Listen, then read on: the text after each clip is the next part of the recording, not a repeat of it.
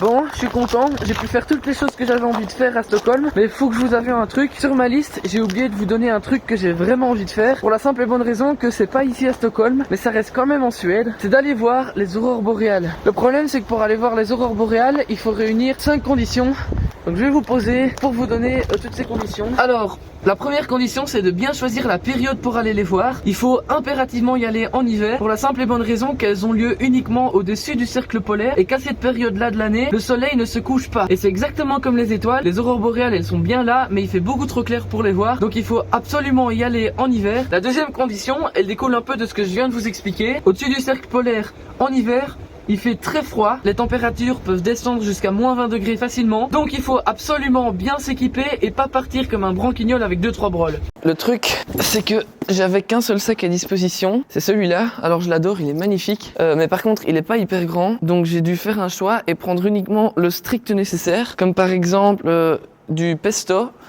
Ouais, bon, je me suis dit que ça pouvait être pratique, je pouvais le mettre sur du pain ou faire des pâtes. Bref, j'ai pris de l'imperméabilisant pour chaussures. Vous allez vous dire, ça sert à rien. Faut savoir que là-bas, il y a beaucoup de neige et les gens, ils se baladent avec des grosses bottes et des raquettes de neige, etc. Et moi, j'ai ça. Donc l'imperméabilisant, ça me rassure. Je me dis qu'avec ça, tranquille, ça passe.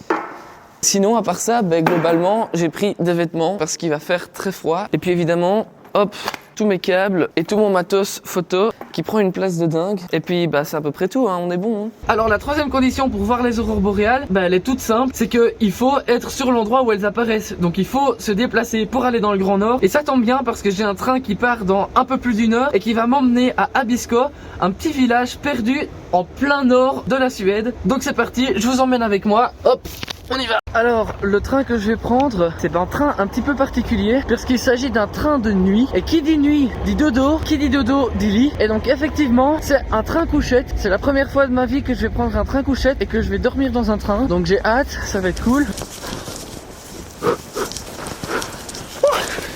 Mesdames et messieurs, la gare de Stockholm. C'est parti. Alors voyons voir, 21h56 pour Natag, c'est celui-là et c'est voie 12. Voie 11, 19, par là. Voilà.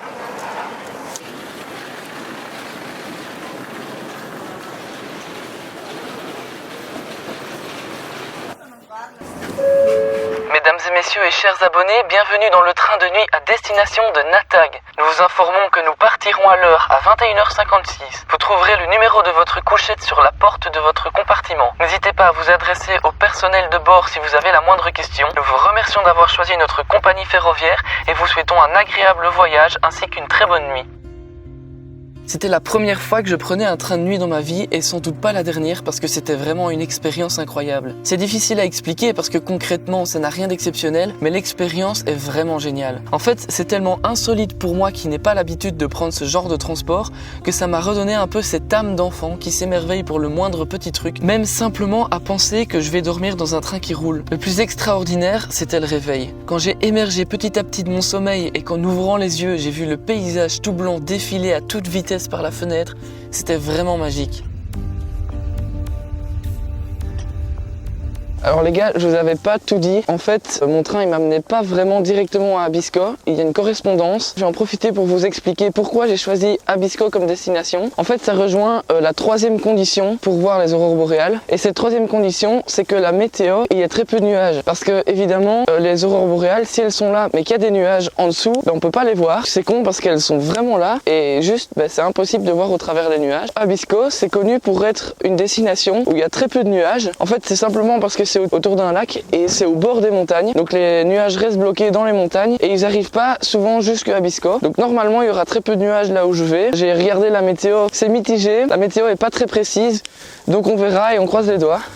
Une autre chose qui m'a étonné dans le train de nuit, c'est à quel point c'est un transport commun pour les locaux. Le train n'était pas du tout rempli que par des touristes, mais à 3/4 par des familles qui rentraient dans leur ville. Compte tenu des distances en Suède, qui est quand même le 3e plus grand pays d'Europe, le train de nuit c'est une très bonne option pour faire des longs trajets, puisque tu gagnes du temps en voyageant de nuit, et pour les touristes en économisant une nuit d'hôtel. Même si c'était plus un train couchette, cette deuxième partie du voyage était tout aussi incroyable, puisque sur le même trajet, on a eu le lever et le coucher du soleil en quelques heures d'intervalle. Ce qui fait que quand je suis arrivé arrivé à 16 h à Abisko, il faisait déjà nuit. Mais ça en valait vraiment la peine parce que la vue par la fenêtre du train était tout simplement grandiose.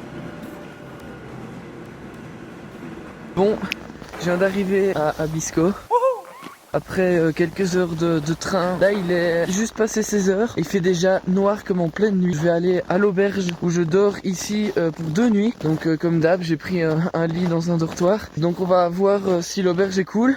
Apparemment il y a un sauna, donc ça c'est vraiment cool. Mais d'abord il faut que je passe faire quelques courses. Donc je vais essayer de trouver un magasin et acheter 2-3 trucs à manger pour les jours qui arrivent. Bon, c'est un peu la galère. Parce que comme c'est la fin de l'Erasmus, c'est un peu la dèche. Donc il faut que je compare un peu les prix et je dois tout comparer en couronne suédoise, donc je comprends rien. Combiner à ça le fait que tout est écrit en suédois, pas facile.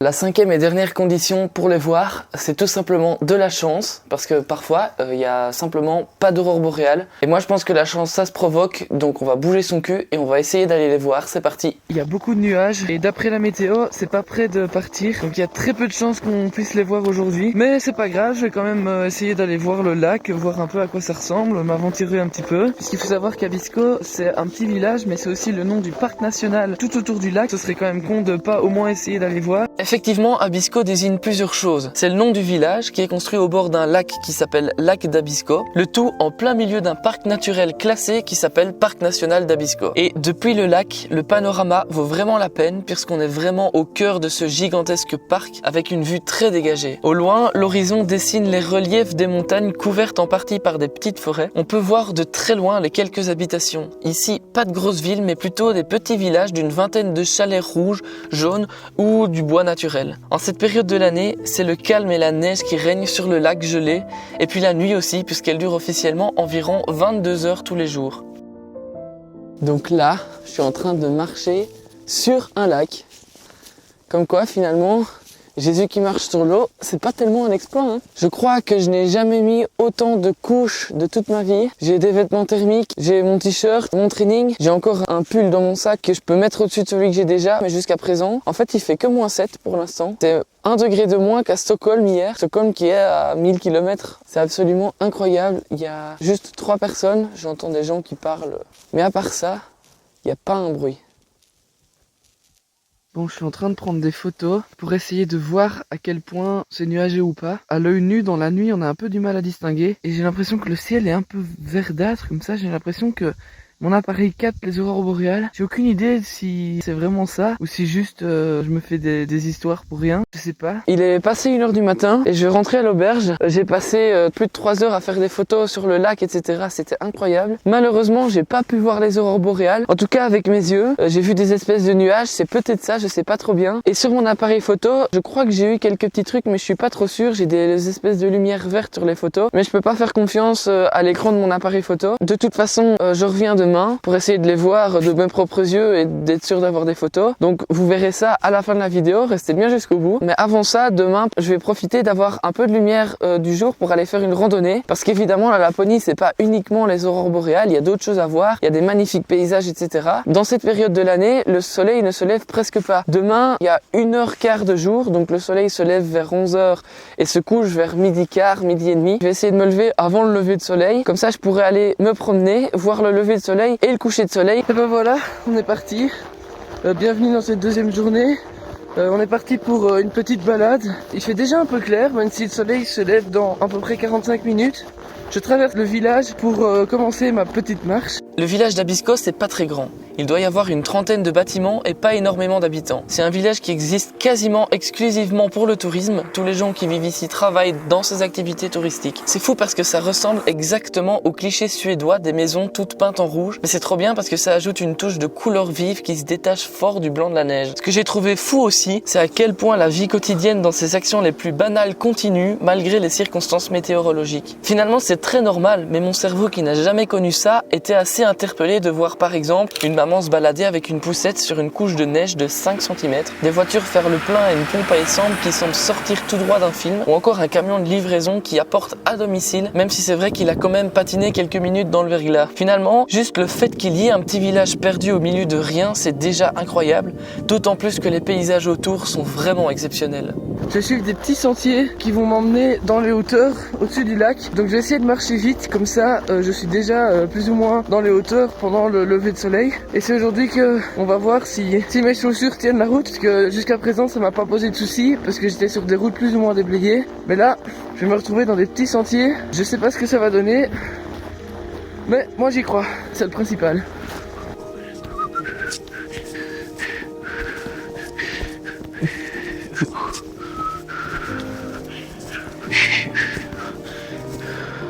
C'est quand même fou, hein. Je suis à 3000 km de la maison à mon avis. Mais la chanson que j'ai en tête, c'est quand même l'hymne de Namurois. Comme quoi, on peut jamais vraiment renier ses origines.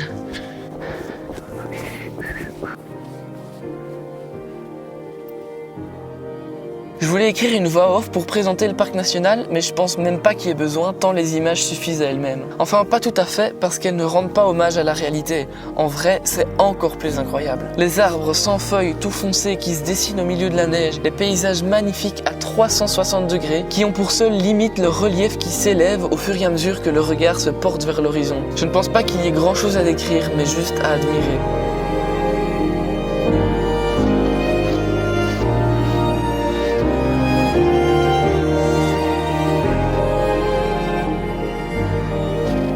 C'est vraiment incroyable.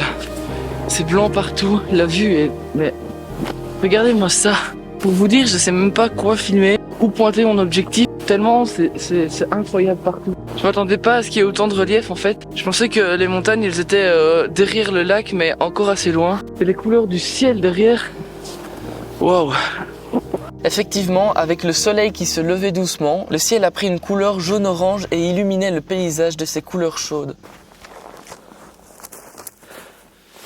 Je viens de mettre ma main dans la neige pour ramasser ce truc qui était tombé. Je sens plus ma main. Je viens de trouver un lac gelé et la vue est super dégagée. Donc c'est magnifique et je crois que je vais m'arrêter ici pour manger mes petites tartines. Hop. Hop là. Hop. Vous avez vu que finalement le pesto il aura servi. Comme quoi, c'est fou, mais il n'y a vraiment pas un bruit. Les seuls bruits que j'entends, c'est ceux que mon corps fait, les pas dans la neige, etc. Près du lac, parfois j'entends le train, mais ça c'est une fois toutes les 2 heures. À part ça, c'est hyper reposant. Mesdames et messieurs, il est 12h18 et nous sommes en plein milieu du coucher de soleil.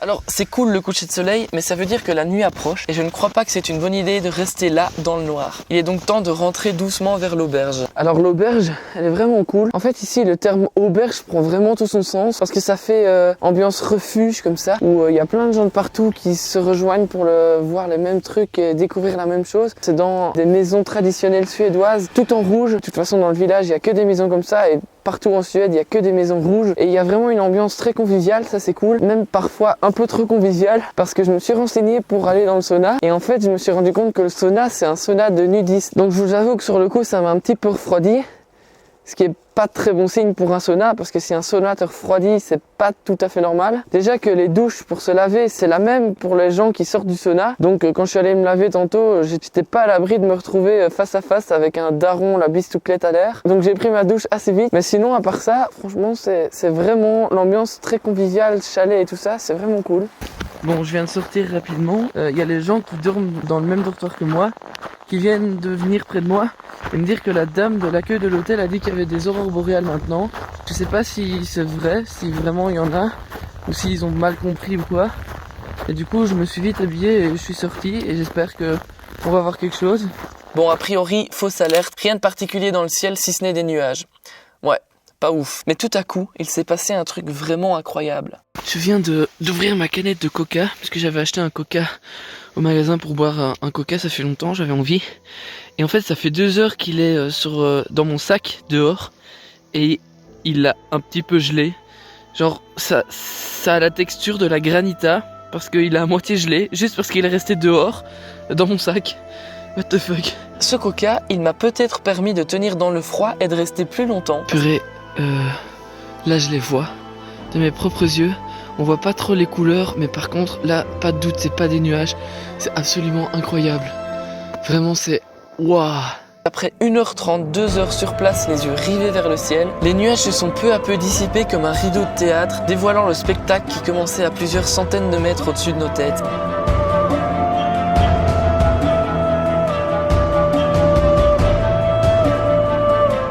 C'était absolument incroyable.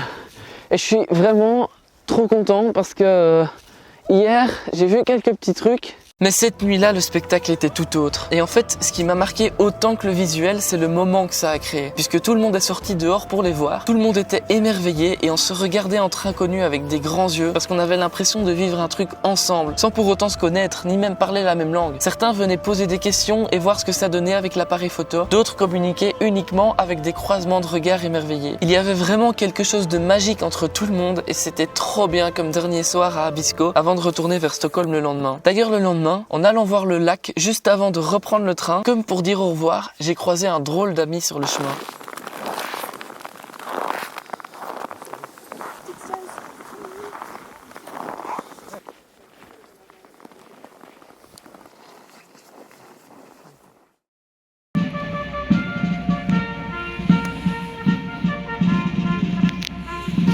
Comme mon bateau pour rentrer en Lettonie démarre tard le soir, j'ai encore une journée complète que je peux passer dans Stockholm.